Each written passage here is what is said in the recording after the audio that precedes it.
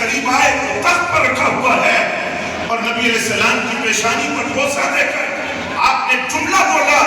وہ جملہ کیا تھا؟ نبی علیہ السلام کے وجود سے مخاطب ہو کر حضرت صدیق اکبر رضی اللہ تعالیٰ عنہ عرض کرتے ہیں اذکرنا یا محمد صلی اللہ علیہ وسلم عند ربک. حضور آپ پر اللہ دو موتیں جمع نہیں کرے گا. موت وہی تھی جو طاری ہو گئی, آپ دنیا سے تشریف لے گئے. اعلیٰ حضرت کہتے ہیں انبیاء کو بھی اجل آنی ہے لیکن فقط آنی ہے. انبیاء پر موت کا قانون طاری ہونا ہے لیکن وہ صرف قانون طاری ہونا ہے. وہ دوبارہ قبر کے اندر برزخی زندگی کے اندر ان کی روح کو لوٹایا جاتا ہے, ان کا جسم سلامت ہوتا ہے, سماعت سلامت ہوتی ہے, بصارت سلامت ہوتی ہے.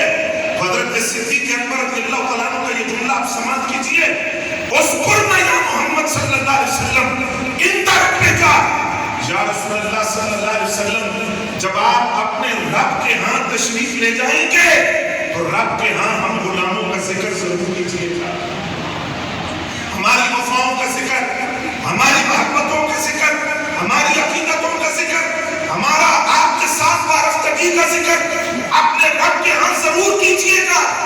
یہ روایت نقل کر کے غیر مقلدین کا امام ابن قیم کہتے ہیں اگر کوئی عام آدمی یہ بات کرتا, نبی علیہ السلام کے وصال کے بعد یہ درخواست پیش کرتا تو اس کو بعد لوگ یہ کہہ کر رد کر دیتے کہ دیوانی کی بڑھ ہے, لیکن دیکھا جائے گا کہ بات کرنے والا کون ہے, یہ جملہ کہنے والا کون ہے, یہ بات کہہ کون رہا ہے. یہ بات کرنے والا وہ ہے جس کی رگ و پیر کے اندر عقیدہ توحیدی خون کی رگوں میں موجود تھا, سرشت میں موجود تھا, اس طرح موجود تھا. بچپن کے اندر ان کے والد گرامی ہاتھ پکڑ کر بدھ کے سامنے لے جا کر کہا ابو بکر یہ تیرا معبود ہے, اس کے سامنے سجدہ کر. حضرت صدیق اکبر رضی اللہ تعالیٰ عنہ اپنے والد ابو قحافہ کے حکم پر خود سے مخاطب ہوئے, خود کی طرف دیکھا, دیکھ کر کہا فَإِن كُنْتَ إِلَٰهًا, میرے والد کہتے ہیں تو معبود ہے, اگر تو معبود ہے انی جائع فَأَطْعِمْنِی, میں بھوکا مجھے کھانا کھلا, انی عارٍ فَاغْسِلْنِی, مجھے لباس کی ضرورت ہے, مجھے لباس دے. فَإِن كُنْتَ إِلَٰهًا فَامْنَعْ نَفْسَكَ.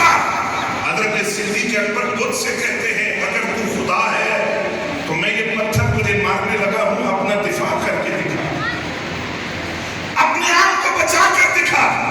یہ بات کہہ کر حضرت صدیق اکبر نے بت کو پتھر مار کر بت توڑ دیا. والد نے ہاتھ پکڑا, آپ کی والدہ کے سامنے لائے, دیکھو ابو بکر نے کیا کیا.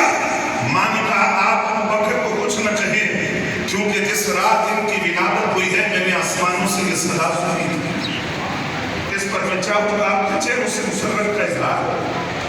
ابھی بچپنا ہے, ابھی چند سال ہے, ابھی اسلام نہیں آیا, ابھی نبی علیہ السلام نے اعلان نبوت نہیں فرمایا.